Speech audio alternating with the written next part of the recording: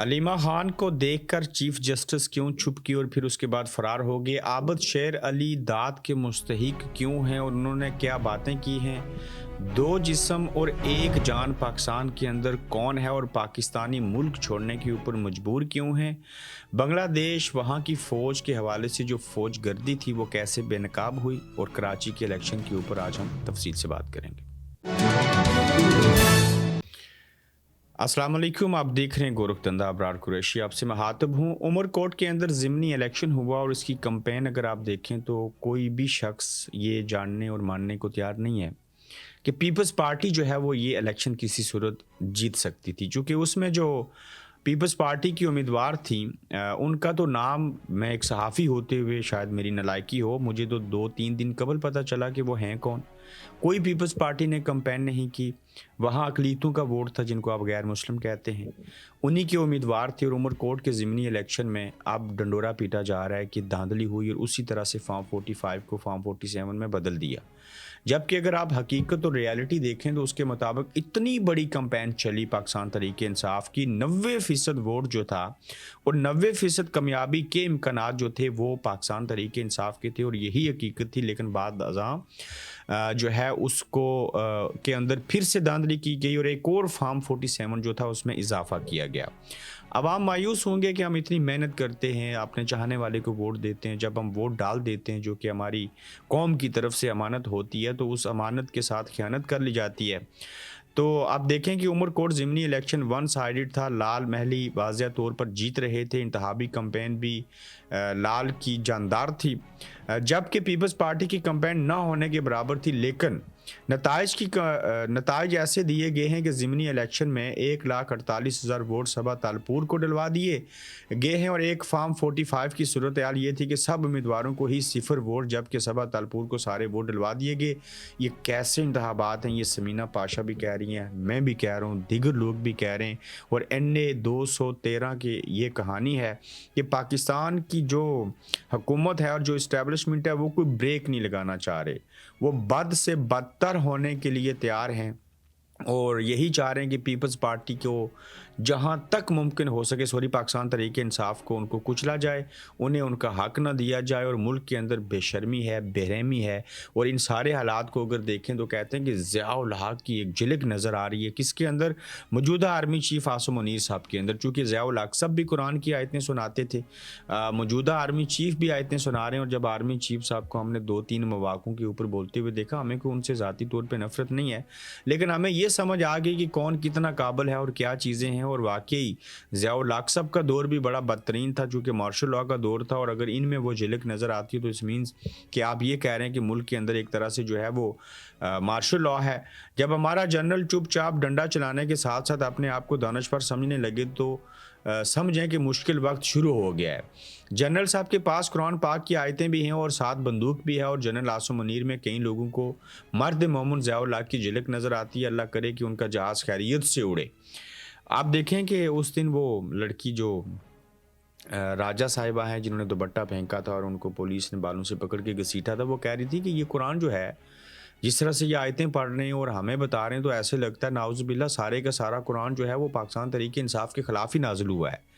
तो वो अपने काम की आयतें उसमें पढ़ लेते हैं, लेकिन वो ये नहीं देखते कि मुल्क के अंदर इंसाफ होना चाहिए, जुल्म नहीं होना चाहिए, किसी के साथ नाइंसाफ़ी नहीं होनी चाहिए, अदली आज़ाद होनी चाहिए, अदालतों को इंसाफ करना चाहिए। मगर यहाँ पे जिसकी लाठी उसकी भैंस के मज़दाक जो है वो तमाम तोपों का रुख जो है वो पाकिस्तान तहरीक इंसाफ की तरफ किया गया है। मगर यहाँ पे एक बड़ी अहम चीज़ मैं आपके सामने रखता हूँ। मैं बड़ा खुश हुआ, आबद शेर अली के साथ मैंने इंटरव्यू भी किया हुआ है। लाख इख्तलाफात हो सकते हैं लेकिन जो बात अच्छी करे उसे दाद देनी चाहिए। और आबद शेर अली ने फैसल वार्डा के सामने कमरान शाहिद साहब के प्रोग्राम में बड़ी बेहतरीन बातें की हैं, लेकिन जो बेहतरीन है उसको तो हम आपके सामने रखेंगे।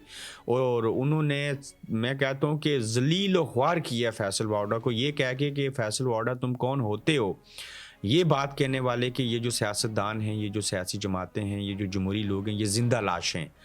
आबद शेर अली साहब ने इतना बुरे तरीके से उनको डांटा और सारी चीज़ें बयान की और 7 मिनट उन्होंने उसके ऊपर बात की। और फैसल वार्डा साहब पहले से कमज़ोर हुए हुए हैं, लेकिन मज़ीद उनकी कमज़ोरी का आलम हमने देखा। तो फैसल वार्डा के आबद शेर अली को मैतें कहने पर आबद शेर अली गुस्से से फट पड़े। उन्होंने कहा कि सियासतदानों को ज़िंदा लाशें कहते हो, आप जनरल बाजवा को ज़ियाउल हक को, यहिया खान को, अयूब खान को, बाकी लोगों को आप ज़िंदा लाशें क्यों नहीं कहते? और फिर कहते हैं कि आप जनरल जिन्होंने मुल्क का बेड़ा गर्क किया, इन्हें मैयतें कहने की जुर्रत करो। खबरदार, हम जमहूरियत के लंबरदारों को मैयतें, लाशें मत कहना। और यूं तो आबद शेर अली ने 100% सच बोला है, लेकिन फार्म 47 से इस मुल्क को अमरीयत ने निचोड़ कर खाया। मगर आबद शेर अली ने मौजूदा दौर के जर्नलों यानी कि आसिम मुनीर साहब और बाकी लोगों की जानिब से जो कलमा हक कहना था उससे गुरेज किया, चूँकि ये उसके बेनिफिशरी हैं। हम 90% उनकी बातों को खराज तहसीन पेश करते हैं, आबद शेर अली की बातों को मानते हैं, मगर काश वो पूरा सच बोलते तो 100% उनको सल्यूट कर पाते। और यकीनन मैं उनको सल्यूट करता, मगर जो इतनी भी उन्होंने जुर्रत की है वो दाद के मुस्तहिक बनते हैं, क्योंकि इस दौर के अंदर होने वाले जुल्म के ऊपर वो इसलिए नहीं बोलते कि उनकी हुकूमत फार्म 47 के ज़रिए बनी, वो बेनिफिशरी हैं इस पूरे निज़ाम के। लेकिन जो पुराना सच बोलते हुए सियासतदानों को जो उन्होंने डिफेंड किया है, जो फैसल वाडा किसी के माउथ पीस बन के जो हैं वो तनकीद कर रहे थे जमहूरियत के ऊपर, सियासी जमातों के ऊपर, सियासतदानों के ऊपर, उस पर जो आबद शेर अली साहब ने कहा है, मैं समझता हूँ कि वो नहायत ही काबिल तारीफ़ बात है और उनको हम इस बात के ऊपर दाद देते हैं। बड़ी अहम खबरें हैं।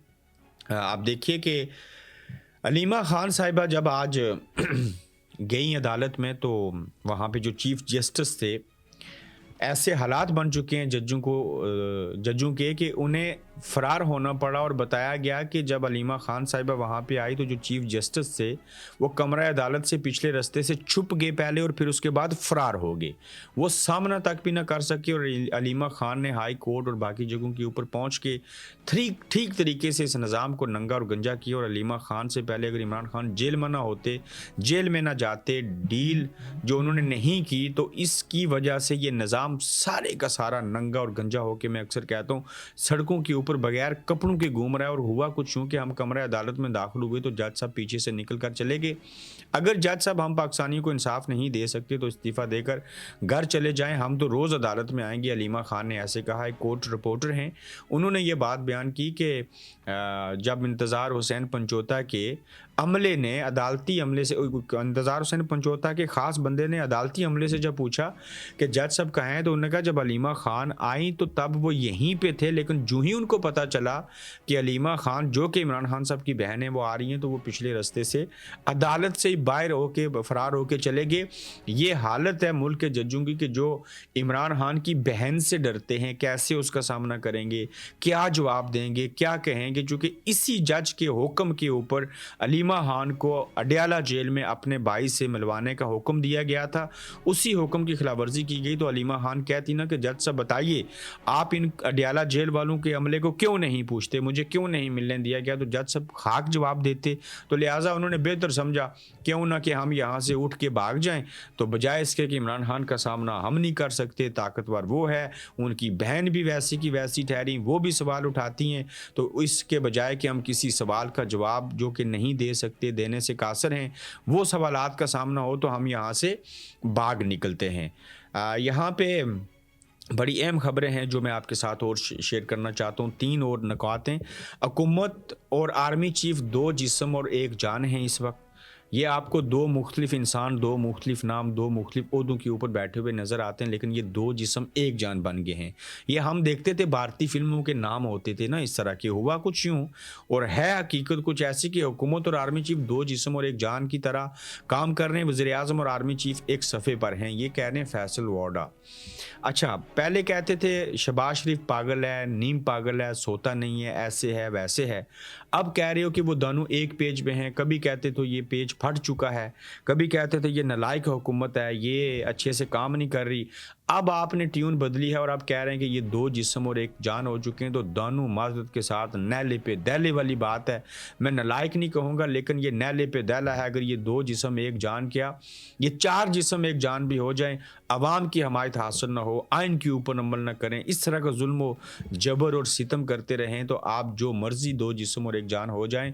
असल जान, असल ताकत अवाम है, वही ताकत का सरचश्मा है। जब तक उनके मुताबिक जो फैसले हैं उनको नहीं मानेंगे, एक ही फैसला है वो वोट देते हैं, उसका एहतराम करो, जिसको दिया जाए उसे कामयाब जो हो गया उसको मान लो, बात ख़त्म होगी। फिर ना आप वज़ीर आज़म रहें, ना आप दो जिस्म एक जान रहें, ना आप आर्मी चीफ रहें।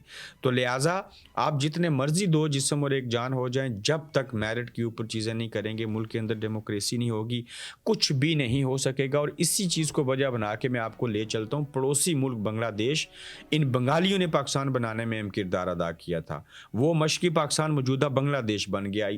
उस बांग्लादेश की फ़ौज भी एक जमहूरियत के लबादे को ओढ़ के बैठी डिक्टेटर हसीना वाजिद भी अपनी फ़ौज के ज़रिए क्या करती थी। बीबीसी की एक रिपोर्ट ने एक बड़ा इंकशाफ किया है, और उसके मुताबिक जब ढाका एयरपोर्ट के करीब उस खुफिया जेल की दरियाफ्त की कहानी है जहां हसीना वाजिद के नाकद लापता अफराद को रखा जाता था।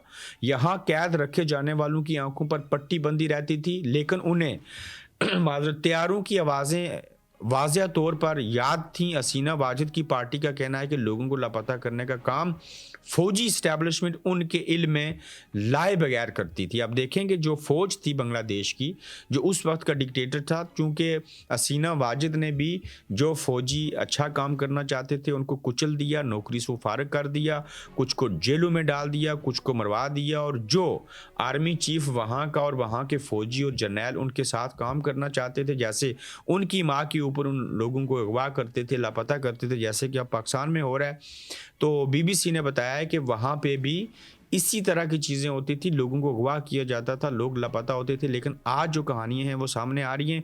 उस वक्त से डरें जब हसीना वाजिद की तरह आप लोगों को किसी पड़ोसी मुल्क की जानिब से जहाज़ आए और आपको उठा के ले जाए और अवाम आपको जो है उल्टा लटका दे और अवाम आपको इक़्तिदार से बाहर निकाल फेंके। आप देखें पाकिस्तान के अंदर जितने डिक्टेटर आए उन सब का बुरा हाल हुआ, और उन्हें माजी के अंदर और हाल में और मुस्तकबिल में भी बुरे लफ्ज़ों से याद रखा जाएगा। कोई भी हो, मौजूदा दौर का कोई डिक्टेटर हो, मौजूद पहले दौर का कोई हो, इन तमाम लोगों को कभी भी कौम ने अच्छा नहीं जाना और वो हमेशा ज़लील व ख्वार हुए। और ये बांग्लादेश की बहुत अहम मिसाल जो है वो हमारे सामने है।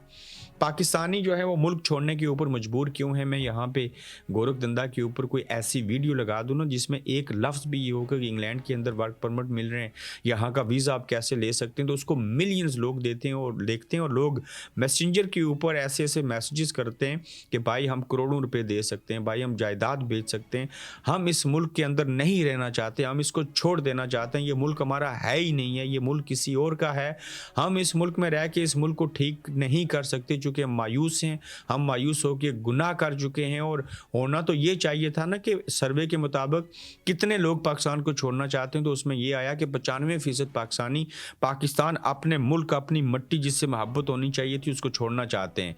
बसूरत ये दूसरा रुख ये होना चाहिए था कि 95% जो लोग मुल्क छोड़ना चाहते हैं, ये 100% लोगों को ये करना चाहिए था कि इसी मुल्क में रहना, इसको ठीक करना है, इसी के हालात बेहतर करना है, यहीं पे नौकरी करनी है, ये इसी को बेहतर करना है। मगर ये वाहिद पाकिस्तान के अवाम है जो इस मुल्क को ही छोड़ना चाहते हैं। और अब आप देखेंगे पाकिस्तान छोड़ने पर ये पाकिस्तानी मजबूर क्यों है। ब्यूरो ऑफ इमिग्रेशन के मुताबिक सिर्फ 3 माह के अंदर, 3 माह से मुराद क्या है, अभी अप्रैल है ना, जनवरी, फरवरी और मार्च, इन 3 महीनों के अंदर 2025 के सिर्फ साल में, पिछले साल नहीं जाता जो 7 लाख लोगों ने छोड़ा, 1,72,000 पाकिस्तानी बैरून मुल्क मुंतकिल हो चुके हैं।